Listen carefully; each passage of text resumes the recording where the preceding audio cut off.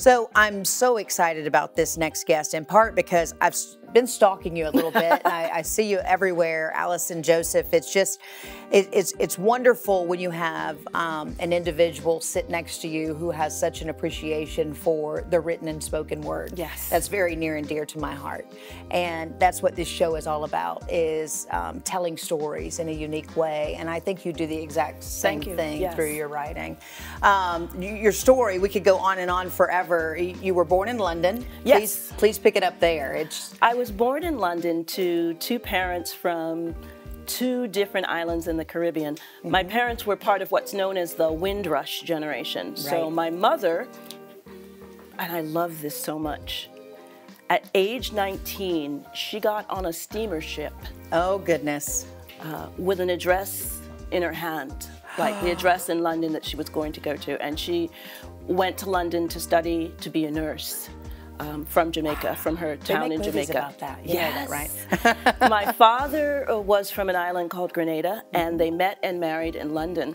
And they fell in love, for better or for worse, and there was both. And my sister was born in London, and 6 years, almost to the day, I was born in London as well. And we moved when I was 4 months old from London to Toronto, Canada, where there's actually, a lot of people don't realize this, there's a huge African and Caribbean population in Toronto. Certainly. Yes. And I still have relatives in Toronto. Okay. And when I was 4 years old, we moved from Toronto to the Bronx, New York. And the story behind that was, I always thought, as you think when you're an immigrant, my parents moved for economic reasons. Right. You know, America's the land of milk and honey, the land of opportunity. Sure. Only after both of my parents had passed away did I learn the truth from my mother's best friend, which was my father was caught cheating on my mother.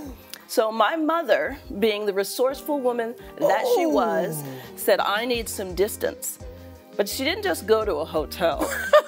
She decided, I'm going to pick up my two daughters and I am going to move to another country. That's my kind of woman right there. And we had our green cards, so it wasn't an issue. Goodness. And that's how, years later, I found out how I came to be an American. Oh my, that's a great story. Oh, and so you had a great education. Yes. And you've always known you were going to be a poet. Talk about that. Well, interestingly enough, as a high schooler, I went to one of the competitive high schools in New York. I went to the Bronx High School of Science. Of Science, yes. Yes, which, ironically enough, was where I learned to be a poet.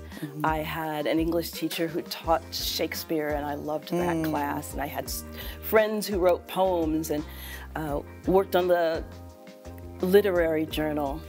And when it came time for college, I was looking for a college that was all about poetry. Sure. So what do I do? This girl who's grown up in all these cities and is definitely a city child, I find the most remote, small town, not even a town, a village, sort of college to go to. And that's Kenyon College in Gambier, Ohio.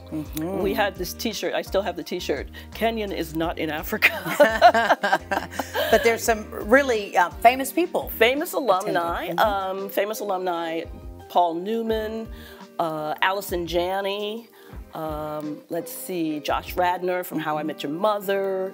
Allison Joseph. Me, yes, me. Absolutely. Me, yes. And then talk about how you connected with your husband, who had a love of what you love. Yes.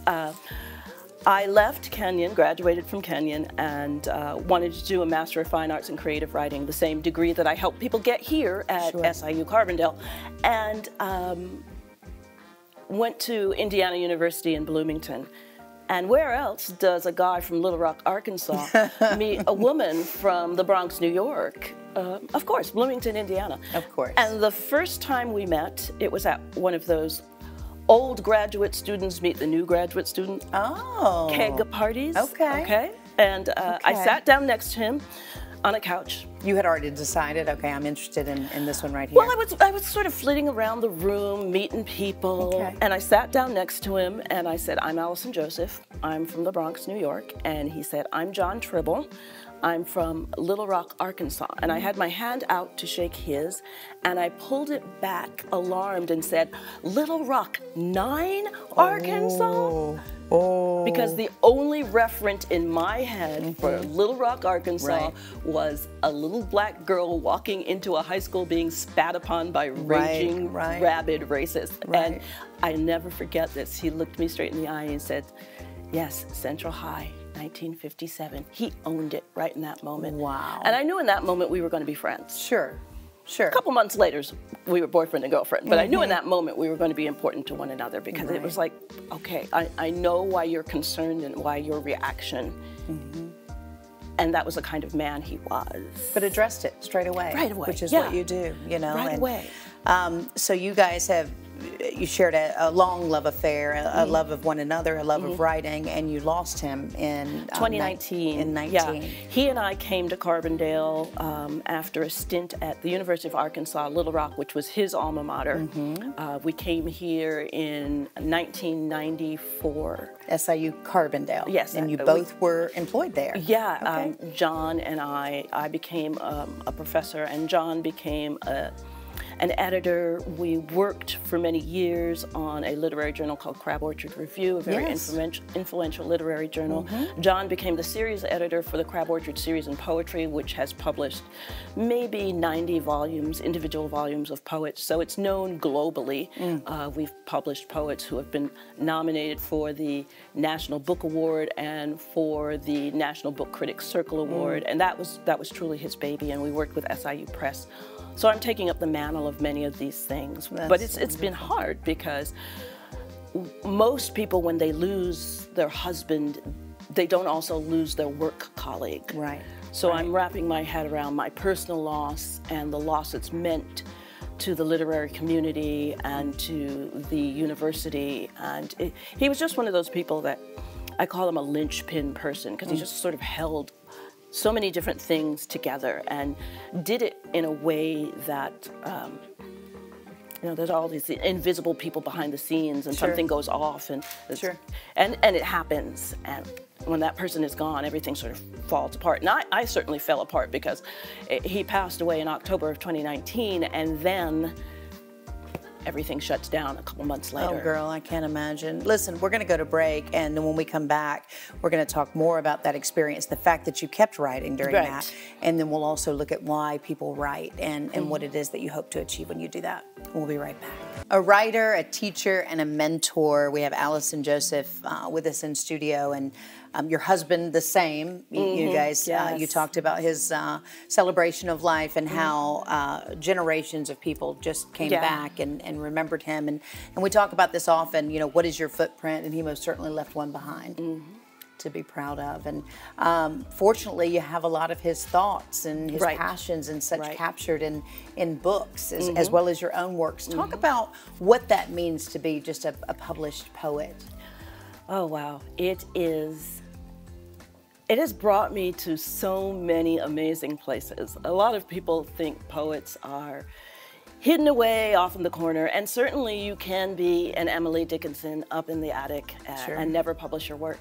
But for me, poetry is all about communicating, and it's about communicating, finding first your deepest emotions and communicating them.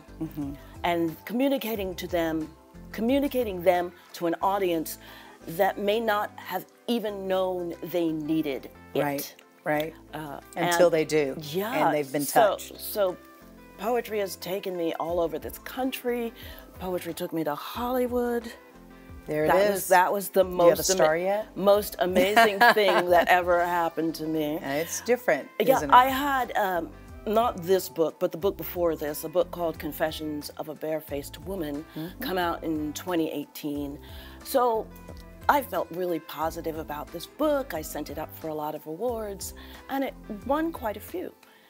And one day I'm over at good old Fainer Hall, working at my desk, and this was before my husband passed away, and people are starting to congratulate me from all over the country. And I'm like, what did I do? And they said, Allison, go to the NAACP Hollywood website. Oh, and wow. my book was a nominee for the NAACP Image Award in Poetry. That's fantastic. And I just screamed. Yeah. Because I'm like, I'm going to Hollywood, like I'm on American like Island. Like you just won the golden ticket. Yeah, You're there. I'm going to Hollywood. Yes. And we did. At this point, you know, after the pandemic, they had to do the award ceremony online, but at this point, none of that had happened yet. Right. So I'm like, I got to get a dress, and what about my hair? And I'm a person who wrote a book about how strange it is to be female and to wear makeup and this construction that you put on if you're, you know, if you're female, if you're woman identified, and then I read it that I'm going to have to go to Hollywood. So we got the dress, we got the wig, we got everything. And it was a really interesting experience. The year I was nominated, I did not win. Just the nomination. What is that they say? You know, Susan Lucci was It's a pleasure nominated. to be nominated. That's it. That's it. Some woman named Alice Walker won. Oh, how dare she? Yes. Okay, just the most, like, one of the most famous writers in the whole world. But you wonder which works you would share out of that. And when you sat down, I said, you know, do you feel comfortable? Would you want to share something today? You said, oh, most certainly. And I was surprised at the topics that you just rolled off. Like, what do you write about? What have you written about? Share that with people. I write about anything that strikes my fancy. Like anything. Anyone who knows me knows if they say something clever or witty, if they don't claim it, it might end up in a poem of mine. I just warn people. I love that. But the topics that have consistently been in my work over all these years, I write a lot about family because I have that very interesting family story. Sure. I write about race. I'm an African-American woman of Caribbean extraction. I'm also an immigrant, so I write about race. I write about being a woman. I write about poetry itself. And I write about love. Yes. I had this love story for years. So I would write about John, and John would write about me. And of course now, grief and grieving is one of my main topics. During the pandemic, I was obviously mourning his loss, and then his mother, who was 92, and we knew she was going to transition out of this world, but it's still, and she was a huge topic in his work. Okay. So, yeah, I'll write about anything. And I also write in various forms. I write in free verse, I write sonnets, I write poems that rhyme, I write poems that don't rhyme. And you wonder why she's an educator. I am very much a professor, very much a teacher. That's awesome. Your works are incredible. If you haven't, you need to check her out. You need to pick up the books. And if you would, we're going to have you close out with something that you choose to share. All right. If you oh, it's from this one. Yes, I want to highlight this book. This is one of my new books, and this is a shorter book called it's a chapbook because it's not a full-length book. This is by an Illinois press called Glass Liar. They are based out of Glenview, Illinois. Look at that plug. I like that. I like the plug. They have been so good to me. They were also my husband's publisher. Okay. So this actually is a poem about coming back to him from having traveled, because I travel all over the place to read my work. I do travel a lot, especially for a woman who doesn't drive. That's right. We did have to sent someone to pick you up today. Send a car, yes. Sent a car for me. Yes, thank you, Ashley. That was very nice. And I do appreciate that. But this is a poem I wrote for him all about traveling away, and that if you're partnered to someone, that feeling of loss that's temporary but very poignant when you go and do something and then you come back to that space that you share with them. Now, for me, that's permanent, but when I wrote this poem, it was just that temporary feeling. So this is called Traveling Alone for JT. I always miss you most when coming back to you from some faraway coast, some unfamiliar view. The closer I arrive, the further that I feel. Airports are nether worlds where nothing is revealed. I want to glimpse your face before I know I can, impatient for the place where I'll see you again. No crowded airplane aisles, no evening flight delays. I want to shrink the miles until they fall away. No suitcases to claim, no rush hour to fight. I'd like to blink my eyes, come home without a flight. At home at last with you, and weary from my life, I'm private once again, unfettered as your wife. Okay, that was a lot. That was, look, when words touch people like that, you're definitely, I think you're doing what you're supposed to be doing in this life. Yeah, thank you. Congratulations. Thank you. Just incredible. Find her books. I mean, she can make you feel like that every single day by reading her works. Again, thanks for coming out. We appreciate you. You're welcome. We'll be right back.